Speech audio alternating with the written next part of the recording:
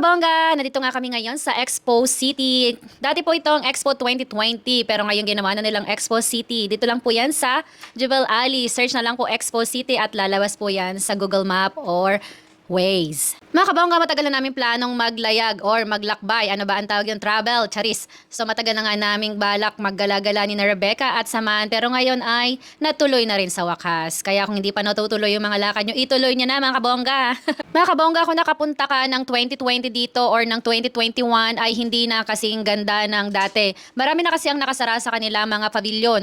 Pero kahit paano ay nag-enjoy naman kami mga kabongga dahil marami silang pakulo. Gaya nito ni Habibi at Habibti. Ito na nga ito sa pinakagusto kong pinuntahan dito mga kabongga, kung saan ang mga flags ng iba't ibang bansa ay nandito. Napakaganda kasi nitong aurahan, lalong-lalo na sa picture. Makikita nyo yan sa mga picture ko. Charis! Medyo late na nga kami nakapunta dito mga kabongga, kaya hindi na namin natapos pasyalan yung mga nakabukas nilang pasyalan. Kaya in-enjoy na lang muna namin ang flag na to.